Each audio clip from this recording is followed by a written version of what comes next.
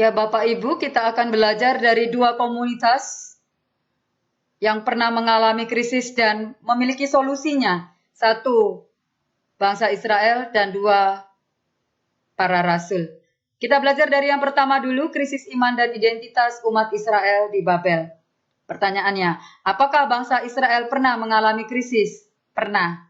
Kapan Bapak Ibu mereka mengalami krisis? Tak kala mereka yang merasa dipilih Allah menjadi bangsa pilihan, ternyata kalah perang oleh bangsa Assyria dan menjadi bangsa buangan. Tentu mereka mengalami krisis. Mari kita lihat prosesnya mereka sampai mendapatkan solusi. Ada 4 peristiwa yang dialami oleh bangsa Israel dari mulai krisis sampai terselesaikan oleh Allah sendiri. Hancurnya Yerusalem, Bapak Ibu. Yang pertama, bagaimana ibu kota Yehuda itu, Yerusalem, tempat kenisah Allah, tempat tabut perjanjian, tempat bait Allah didirikan oleh Salomo dengan luar biasa megahnya. Bapak Ibu boleh baca dalam kitab Raja-Raja. Hancur oleh Raja Nebukadnezar, oleh Raja Assyria. Remuk seperti gambar ini, saya tampilkan gambarnya Bapak Ibu. Dan mereka diangkut ke Assyria dan Babel menjadi bangsa buangan. Mari kita lihat dari awal Bapak Ibu. Raja Israel, raja pertamanya adalah Saul. Saul mati, gantinya Daud. Daud mati, ganti anaknya yaitu Salomo. Salomo tak kala meninggal, tak kala wafat, Israel terpecah menjadi 2. Israel itu 12 suku. 12 suku terpecah menjadi 2.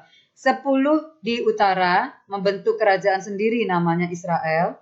Dan 2 di selatan, wilayah selatan membentuk kerajaan sendiri namanya Yehuda. Yang pertama duluan dibuang ke Babel itu yang utara, yaitu kerajaan Israel. Diserang perang melawan negara Assyria, kalah tahun 722. Dibuang separuh ke Assyria, separuh ke Babel menjadi kaum buangan. Itu yang di utara. Kemudian yang di selatan, kerajaan Yehuda, perang melawan Nebukadnezar, Raja Babel, 200 tahun kemudian kurang lebih. Dari tahun 722, dia dikalahkan tahun 598. Juga sama, dibuang ke Babel, menjadi kaum buangan. Apakah mereka mengalami krisis? Jelas.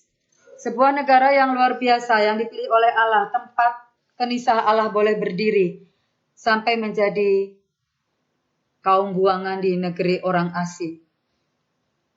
Luar biasa Bapak Ibu. Mari kita lihat yang kedua, apalagi peristiwa yang mereka alami di tanah pembuangan, di tanah asing. Krisis kaum buangan. Tidak dapat dipungkiri Bapak Ibu bahwa pembuangan merupakan pengalaman yang beratlah bagi orang Yehuda. Mereka yang memiliki kerajaan sendiri mendadak menjadi orang asing. Tetapi pada masa awal pembuangan, mereka masih sangat yakin bahwa pembuangan itu hanya bersifat sementara karena Allah yang mereka imani, Allah yang luar biasa, Yahweh, itu pasti akan menyelamatkan. Apalagi mereka didukung oleh nabi-nabi palsu yang memang hidup di Babel, di tempat pembuangan itu, yang mengatakan, walaupun Israel berdosa, sebagaimanapun besarnya dosanya, Allah pasti akan menyelamatkan.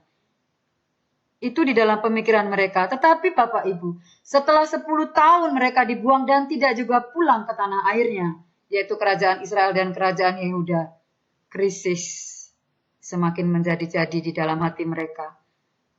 Masihkah ada pengharapan di dalam diri mereka untuk menyelesaikan, mengeluarkan mereka dari krisis yang sungguh luar biasa? Bapak Ibu, ketiga, Yahweh Allah pencipta. Bagaimana solusi yang diberikan oleh Allah?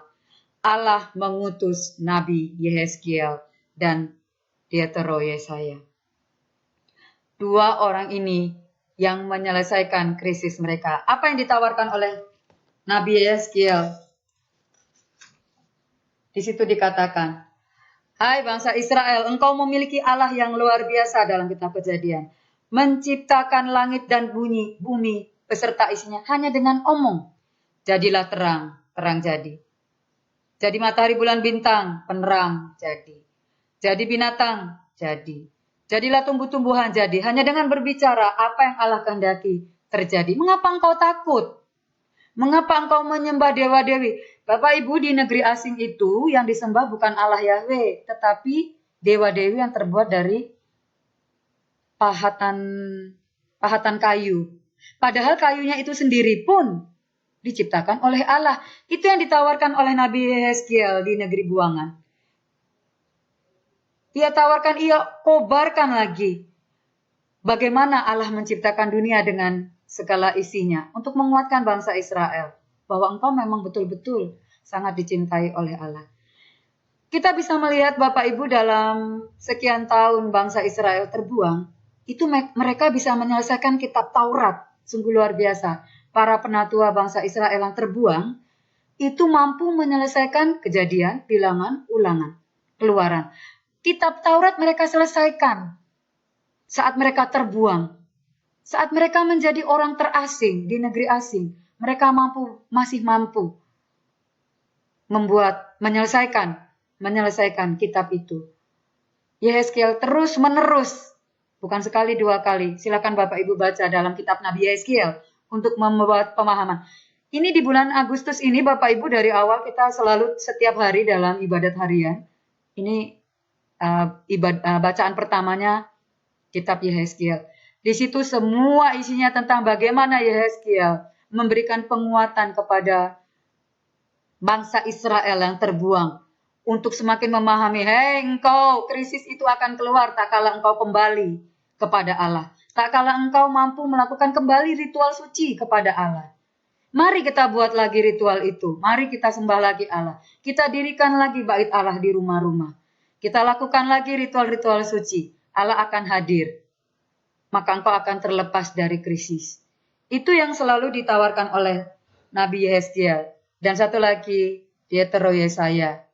Bapak Ibu mungkin agak asing dengan Dietero Yesaya karena tidak tertulis di dalam kitab suci. Kitab Nabi Yesaya, Bapak Ibu, itu ditulis ratusan tahun. Maka tidak mungkinlah diselesaikan oleh satu orang. Itu memakai 3 periode. Periode yang pertama, Yesaya 1. Periode yang kedua, Dietero Yesaya. Dietero itu kitab kedua. Dan kitab ketiga, Yesaya. Maka ada 3 selama 250 tahun kurang lebih pembuatan kitab Yesaya itu, kitab Nabi Yesaya. Kita di sini yang di peristiwa ketika Yahweh Allah Pencipta mengutus Nabi Yehezkiel dan Dietero Yesaya, itu tertulis waktu yang di tahun kitab Dietero Yesaya yang kedua, Bapak Ibu. Maka tidak tertulis di kitab suci, karena kitab suci langsung menuliskannya kitab Nabi Yesaya.